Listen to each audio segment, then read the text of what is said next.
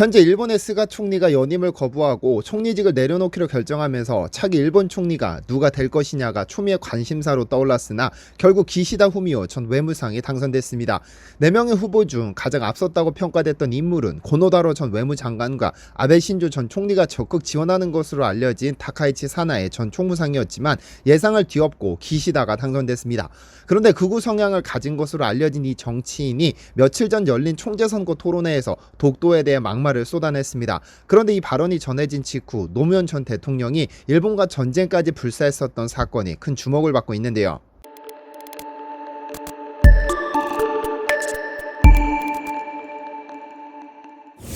안녕하세요, 디스멘터리입니다. 최근 일본의 상황은 혼란 뒤 또 혼란이 가중되는 모습입니다. 코로나 사태로 가장 혼란스러운 시기였던 2020년 8월 7년 8개월이라는 일본 역사상 가장 오랜 기간을 총리로 재임한 아베 총리가 지병을 이유로 갑작스럽게 총리직에서 물러난 후 관방장관이던 스가 요시히데가 총리로 취임했죠. 그러나 스가 총리는 자신의 한계를 여지없이 드러냈습니다. 스가는 타고난 리더라기보다는 누군가를 보좌하는 역할이 더 어울리는 인물이었는데 갑작스러운 총리직 그의 능력을 벗어난 듯 보였습니다. 냉철하고 현명한 판단을 내려야 하는 상황에서 우왕좌왕하기 일쑤였고 했던 말을 번복하는 등 지도자로서의 역량을 충분히 갖추지 못했다는 평가가 줄을 이뤘습니다. 결국 20%라는 역대 최저 지지율을 기록한 후 연임을 포기하고는 총리직을 내려놓겠다고 선언했습니다. 물론 장기간 집권한다고 해서 국가를 잘 운영할 것이라는 예측도 틀리지만 1년여 짧은 기간의 집권은 오히려 정부와 정부기관, 국민들에게 혼란만 야기할 뿐입니다. 그래서 일본은 얼마 전까지 새로운 총리를 뽑기 위한 치열한 정치 싸움이 진행 중이었는데 결국 기시다 후미오 전 외무상이 차기 일본 총리로 결정됐습니다. 고노다로 전 외무장관, 기시다 전 외무상, 노다 세이코 전 총무상, 다카이치 사나에 전 총무상 이 4명의 인물은 차기 일본 총리를 두고 출마했던 자민당 총재 후보들입니다.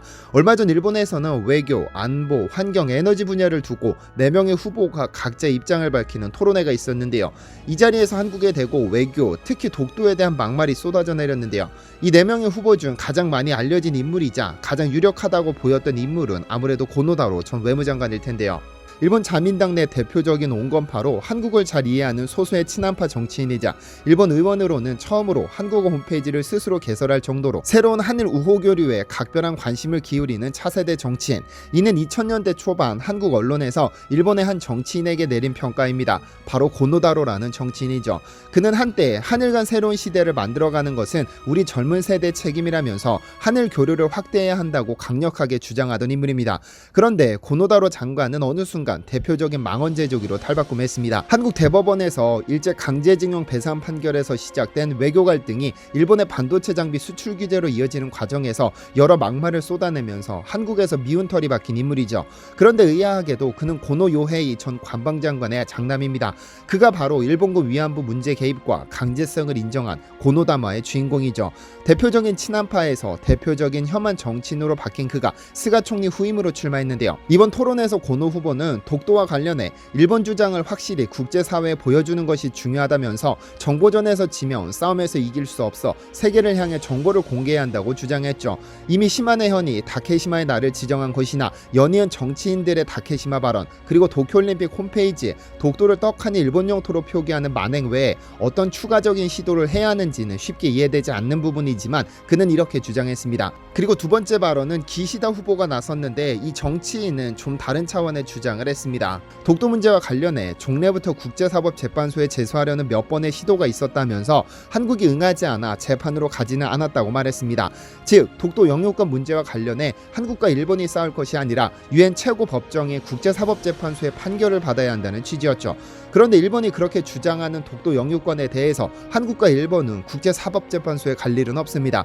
왜냐하면 일본은 자신들이 가진 강점인 로비를 통해 유리한 판결을 받으려는 수작이지만 한국은 국제사법재판소의 판결을 인정하지 않는 국가이기 때문에 그렇습니다. 강제관할권이라는 것이 있습니다. 분쟁 당사국 중 한 국가가 국제사법재판소에 제소할 경우 국제사법재판소가 상대편 당사국에게 재판을 참석할 것을 강제할 수 있는 권한입니다.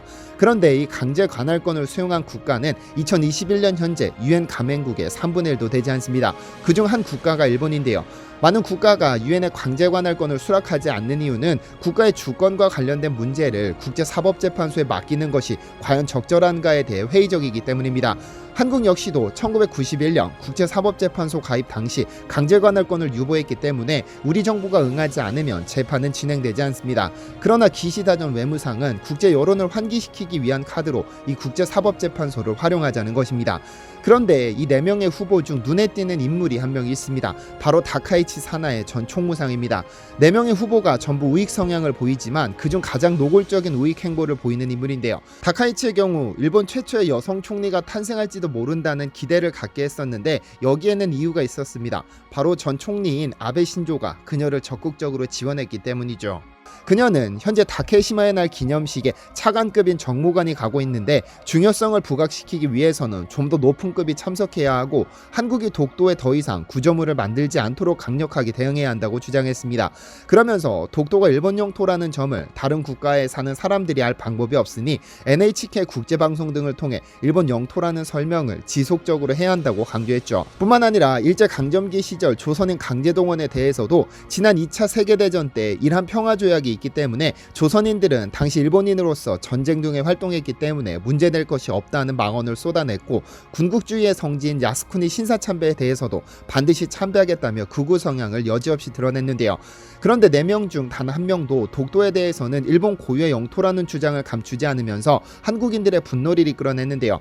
그런데 독도에 대한 이런 망발이 총리 후보들의 입에서 터져 나오면서 갑자기 2006년에 노무현 전 대통령이 강제로 소환됐습니다. 지난 2010년 한 문서가 인터넷에 공개되면서 전 세계가 발칵 뒤집힌 적이 있습니다. 25만여 건에 달하는 미국 국무부의 외교 전문이 공개되면서 미국뿐 아니라 전 세계 모든 권력자들이 당황스러움을 감추지 못했죠. 이른바 줄리안 어산지 위키리크스 폭로 사태입니다. 위키리크스는 익명의 정보 제공자가 제공하거나 자체적으로 수집한 사적 정보 또는 비밀, 미공개 기밀 문서를 공개하는 국제적인 비영리기관이며 각국 정부에 대한 폭로를 이어가며 수면 위로 드러나서는 안 될 문서들을 공개하면서 시민들의 알 권리를 충족시켰었죠.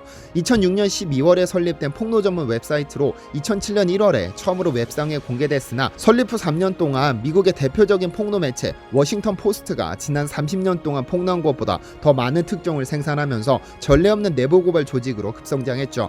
그랬던 위키리크스가 어느 날 주일 미국 대사관이 미 국방부로 보낸 외교 전문을 공개합니다. 2006년 한일 관계가 급속도로 악화되던 당시에 작성된 전문인데요. 당시 일본이 독도에 해양 탐사선을 보내려 하면서 한국과 갈등을 겪었던 당시 토마스 시퍼 주일 미국 대사가 노무현 전 대통령이 일본 해양 탐사선이 독도를 침범하면 침몰시키라는 적극적인 대응에 대해 미친 짓이라고 비난한 내용이 그대로 공개되었습니다. 주일 미국 대사는 왜 한국의 노무현 대통령을 미친 짓이라며 비난했을까요? 사건의 발단에는 독도가 자리하고 있습니다. 2003년 2월 대한민국의 제16대 대통령으로 선출된 노무현 전 대통령은 1년 뒤 신년 기자회견을 갖습니다. 이 자리에서 독도와 관련된 질문이 나오자 노무현 대통령은 현답을 남깁니다. 독도와 관련해서는 가급적이면 말을 아끼려고 한다. 내 아내는 내가 아무 말도 하지 않아도 내 아내인데 누가 무슨 소리를 하더라도 그것 가지고 일일이 대꾸할 필요가 없다는 취지였죠. 이 대답은 노무현 전 대통령의 독도에 대한 기본 방침이었습니다. 즉 나와 결혼해 나와 살고 있는 내 마누라와 유전자 검사까지 끝마친 내 자식을 두고 동네 양아치가 저거 내 자식이다 떠들고 다닌다고 부안해동해서 내 마누라 내 자식이 맞다고 주장할 필요가 없다는 뜻이었죠. 그때부터 하늘 관계는 이상기류가 흐릅니다. 그해 8월 독도에서 한국과 일본 경비정이 대치하는 사건이 발생합니다. 한국수질자원연구원 소속 해양탐사선이 독도 주변에서 천연가스층 유물을 조사하던 중 일본 순시선이 다짜고짜 탐사 작업을 중단하라는 요구를 하죠. 빡친 한국 측에서는 5,000톤급 상봉호를 포함 해경 경비정 3척을 긴급 출동시켜 이틀간 일본과 대치했었죠.